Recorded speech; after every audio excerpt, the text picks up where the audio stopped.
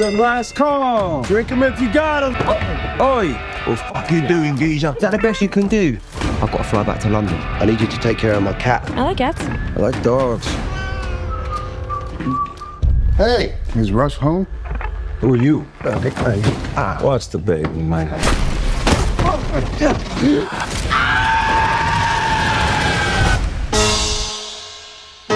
We're going to devote our energies to sports and gardening, all the cultural pursuits as far as they're concerned. In fact, we're going to put the goons to sleep.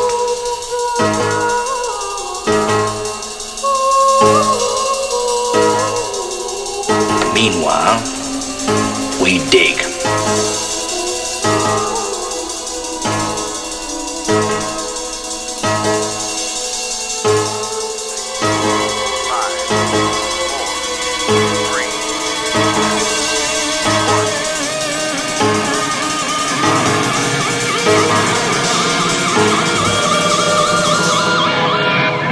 Here we go again.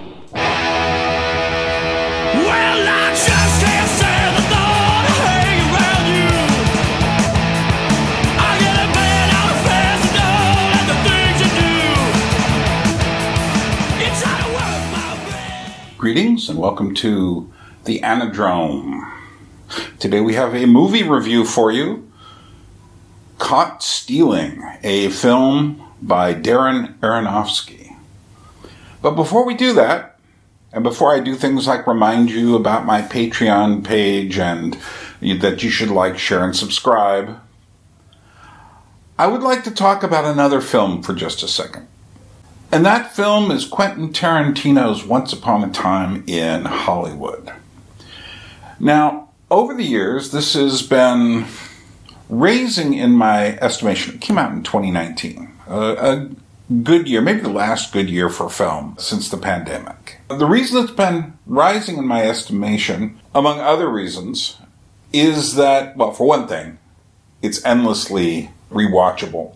And for another, I just like the environment, the atmosphere and stuff. But I think one of the things this film will be noted for is its casting. Quentin Tarantino, in this case, well, he often is a master of the casting process. He knows what kind of faces he wants. He knows how to dredge up actors who we haven't seen for a while. And in this case, he knows how to pick future stars, which is really interesting. Now, in the future, this next Academy Award cycle, they will have an Academy Award for achievement in casting. And in a sense, what this does is rewards the casting people in a film for the ensemble cast, or the way the cast has been put together. And if this award had been available in 2019, nobody else would even stand a chance. This is the most incredible cast. Of course, you have Brad Pitt and Leonardo DiCaprio and Margot Robbie. But then, slightly below that, you have a couple regulars from the Quentin Tarantino stall, and Tim Roth, Michael Madsen. Unfortunately, the late Michael Madsen died earlier this year. And Luke Perry also has passed away since then, and he's in this film. And there's Bruce Dern, grizzled veteran of at least 100 films. But then if you go down a little bit further, you get people you haven't seen for maybe a few years, like Emile Hirsch or Timothy Oliphant, Dakota Fanning. But then if you drop down one more level, you start to see people that are now very famous faces that weren't famous at all before this movie, or certainly not noticeable. One would be Maya Hawke, the progeny of Uma Thurman and Ethan Hawke. Then you have Margaret Qualley, daughter of Andie MacDowell. Are you noticing some sort of Nepo baby thing here? Well, I think these people belong here because they're both very good at what they do. And Margaret Qualley has become very much an important actress in the present. But then, right after that, you've got Sydney Sweeney as one of the Manson girls. Margaret Qualley is also one of the Manson girls, too. She has a bigger role. But Sydney Sweeney is just kind of hanging out there. If you watch the film, when they get to the farm, there's Sydney Sweeney, clear as day. Then you've got Mikey Madison, who just won the award for Best Actress at the Oscars. And she's playing one of the killer Manson girls. And no one would think this girl would go on to be as famous as she would now become. But all the way at the bottom, it's not the bottom of the casting list, but at the bottom of my list here, you have Austin Butler, whom I think is the most important person in this cast. And I'll explain why a bit later. After Once Upon a Time in Hollywood came out, here's been his film trajectory. He did the movie Elvis by Baz Luhrmann, and he was nominated for an Academy Award for Best Actor. Then he was in Dune Part 2 playing Fade Routha. The most villainous creature I have seen in a movie for a while. You would never guess this was the same actor who played Elvis. Then he was in The Bike Riders, a movie about 50s, 60s bikers in, I think it's Ohio, Midwest. And he does a great job there as a kind of loner guy who put up with almost anything. And then, he's been in Eddington this year, which is a Ari Aster film, and I'm sure he jumped at the chance to do this. But unfortunately, it seems like Ari Aster has stumbled with this one. And what I hear are very mixed reviews. Some people saying, yeah, it's good up to a point. And the point is when it starts getting preachy about the stuff from the pandemic period, which is, I think, something most people want to avoid when it comes to the kind of political finaglings going around that era. Also in the film is Zoë Kravitz, the child of Lenny Kravitz and Lisa Bonet, both, interestingly enough, a mixture of African-American and Ashkenazi Jewish roots.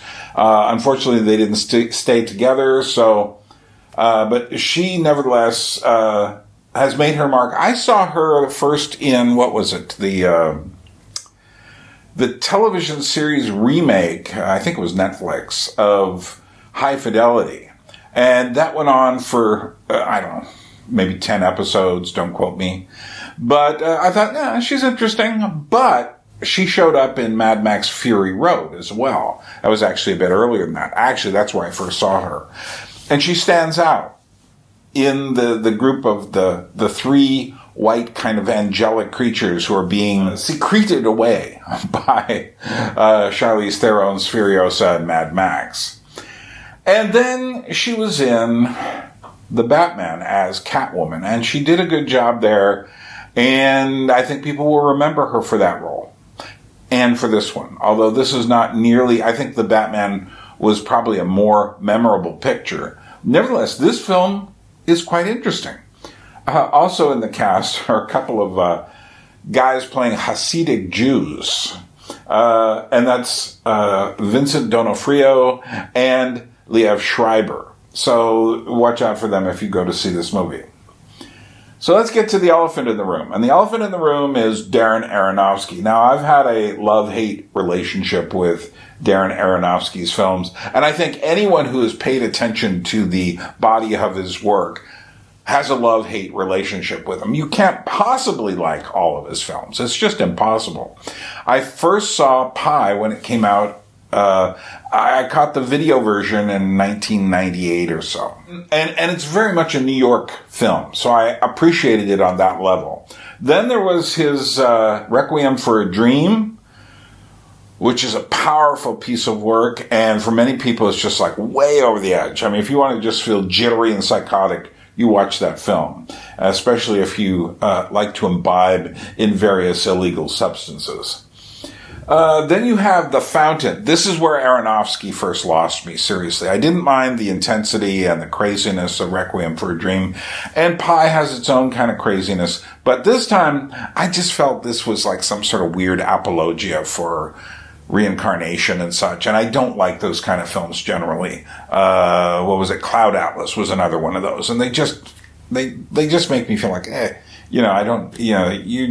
is just to me, someone making up something out of whole cloth, looking at the East, but not really bringing in. I mean, if it was done as a serious Hindu or Buddhist film, I'd have a different thought about it. But nah, suddenly he went New Agey. I think I know why. I think he was trying to impress his then girlfriend, Rachel Weisz, and she's in the film. And what can I say? No, sorry. But then The Wrestler, which is one I didn't see, and the reason I didn't see it is because The Fountain came right before it, and I lost my trust for him. I said, you're not being honest anymore. But evidently The Wrestler was quite a good film, starring kind of a comeback performance for Mickey Rourke. And then there was Black Swan. I did see Black Swan. You've got a psychological horror film about ballet and Swan Lake. What's not to watch? That's up my alley. And I thought that was an excellent film. Then I watched Noah, his Noah's Ark movie. And that was just like, okay. So I guess you're not doing the New Age stuff of The Fountain. Now you're doing ancient Hebrew stuff. He's obviously Jewish. No. This version of Noah had absolutely nothing apart from a general plot outline to do with the biblical story. I was just like, don't get me started. So then I wasn't really excited to see Mother after that. And I finally did see Mother. I have a copy of it on my shelves here. And no, it's not bad. It's weird, that's for sure. It's very weird. But then there was The Whale, which I missed. It just sounded like something, okay. So I'm looking at Darren Aronofsky, every other film.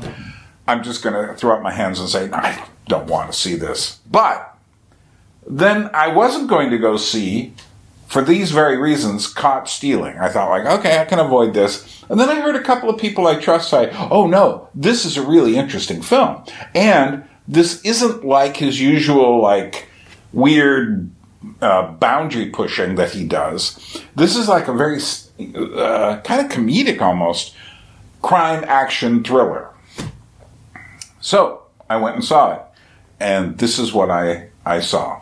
So what is this film?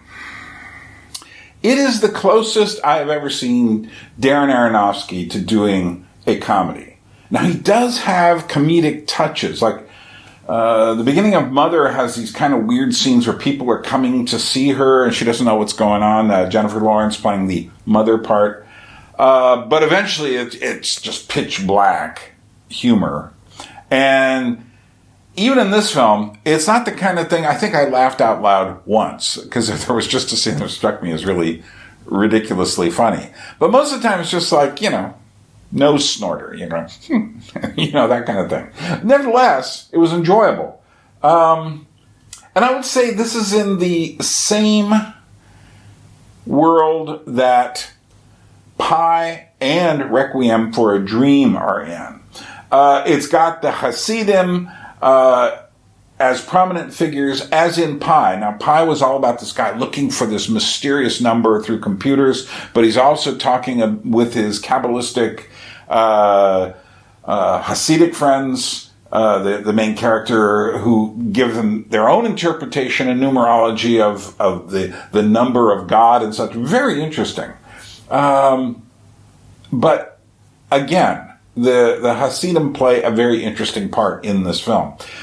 But this time they're much more hypocritical. That is to say, they are certainly religious Jews, but they're also hitmen killers. I'll just leave it there. Then we have the Brighton Beach setting, which we also found in Requiem for a Dream. And Brighton Beach being the place where more Russians and Georgians, for that matter, and Russian Jews come. And so it's a very interesting film, connecting those pieces there. And it is, as I said, pretty much a straight-ahead crime and action thriller. People have pointed out that this seems to be Darren Aronofsky doing something like Guy Ritchie's Lock, Stock, and Two Smoking Barrels, or Snatch. These crime caper films that have some sort of humorous element to them. And again, it is like that. However, there is something that really sets this apart from anything Guy Ritchie did, and that is the setting and the time. And these are absolutely crucial here. And for me, they stuck out like, my antenna went like, oh, very interesting. And that is, it's set in New York City in 1998. And this is my New York City. I left in 1996, but this is the city I recognize. This is like the Lower East Side or something. This is definitely a city that's got a lot of decay and darkness to it. He doesn't cover anything like the mollification of New York, which was already happening, certainly by that time. And there are several cuts to the World Trade Center, very clearly, very purposefully being there. And I think that's because this film is set in a time before September 11th, 2001. And it has that end of the millennium, end of the decade, end of the century feel. New York is dark and sloppy. It is menacing, but it is full of life. See, the last time I went to New York, what was that, 2009? New York felt more like many of the straight edges have been evened out by commerce. But it didn't feel like it was full of life anymore. And I was glad I left when I did. But this New York is the New York I recognize. And he's done a very good job. I mean, it's not that it feels like it was a movie set in New York in 1998. It feels like it was a movie from 1998 in New York. I didn't make that up. Someone else did. Thank you, Jeremy Jahns. But I think that is exactly how I felt when he said that. There are no hipsters yet, not as we came to understand them in the next decade or two. In other words, there's no people who are like alternative with, faded hair, guys with like perfectly coiffed mustaches and beards and stuff like that. There's none of that yet. There is one guy in here played by Matt Smith, a very funny role for Matt Smith, and he plays a mohawked English punk who's there, which might seem out of place for if you know a bit of your punk history. But the truth is, New York in the mid to late 90s was filled with almost every species of countercultural figure, from rappers to, mohawked punks wearing studded leather jackets, to people who are just experimenting with being beatniks. Eventually, these kind of people would mutate into, not the punks, not the rappers, but the pseudo-beatniks would mutate into the hipsters in the next decade. But at the moment, there's this blend of things. Now most of that is gone. New York has been eaten up by the malls and the glorified shopping. People don't come there to be as much as they used to. They used to come there to be an artist, or to be a lawyer, or to be a dancer, or to work, in some specific field there. Work in fashion, work in music.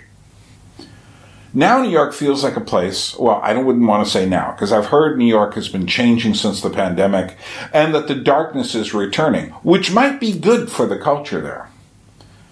But September 11th deals the final blow. And after that, it's like something in New York's heart is gone. This New York that I remember is gone. And this really captures the spirit of 1998. No matter what else can be said, this is Austin Butler's film. This guy has developing movie star all over him. Now, what's really weird is, prior to him being Elvis in Baz Luhrmann's Elvis film, he played in films like Aliens in the Attic, Sharpie's Fabulous Adventure, or is it Sharpay? I didn't see the movie. My Uncle Raphael, Yoga Hosers, The Intruders, Dude, The Dead Don't Die, which was actually done by Jim Jarmusch, which probably helped to put him, I haven't seen that film, but knowing that it was directed by Jarmusch, probably helped to put him on some sort of movie maker's map, which got him into Elvis. But like I said, after Elvis, he's been rising and rising. And the film that this is most like, the characters most like the Bike Riders, which not enough people saw. I think The Bike Riders is a very good film, and it shows you the development in the post-war period, particularly in the turn from the 50s to the 60s, of these bike riding gangs, these biker gangs. Now, this is not the Hells Angels, but I think it's a very important film. Important enough that for me to go out and buy the book of photos that the film was based on. But he plays I wouldn't say an exact similar character, but it's an urban, suburban character. Here he's playing a young man who has a baseball career that he regrets did not turn out the way he wanted it to. He's also kind of just existing in New York. I know this life. He's working at a bar. I mean, the bar in this movie, I just felt like, I just walked into some bar on the East Side. There's a difference between The Bike Riders and this film. In The Bike Riders, he's playing a pretty mythic kind of biker character. In this film, he's just playing a dude who kind of can handle himself, but also is a punching bag throughout the film. It's amazing. He does a lot of physical stunts here. Some of them are related to his baseball aspirations. And I walked out, I just thought it was a very good film. I'm not saying it's a great film. There are other films this year I really like more, but there's nothing wrong with the film. I mean, you could quibble about this or that, depending on who you are, but I thought this was solid filmmaking, the kind you should support at the movie theaters. So who should see this film? People who like crime films, people who like action films, people who like mysteries, people who like, we'll say, kind of rough comedies.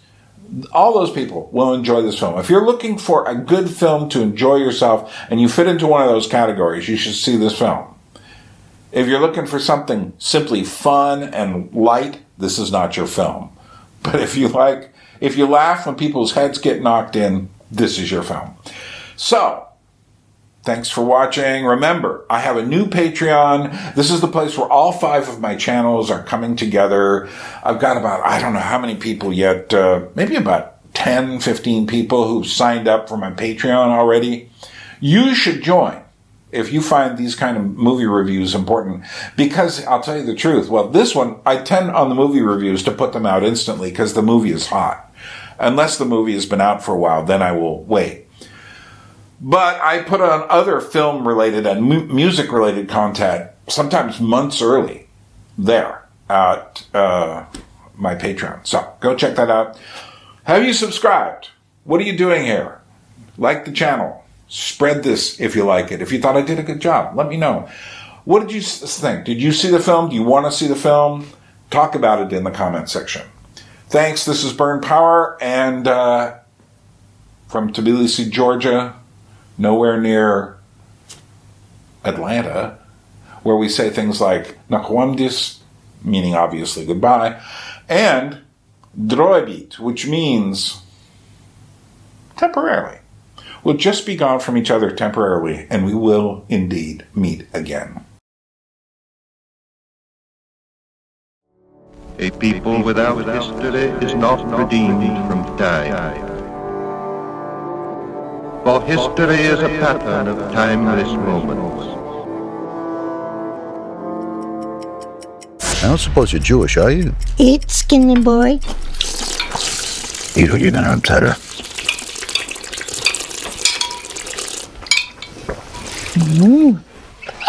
I like you, Hank.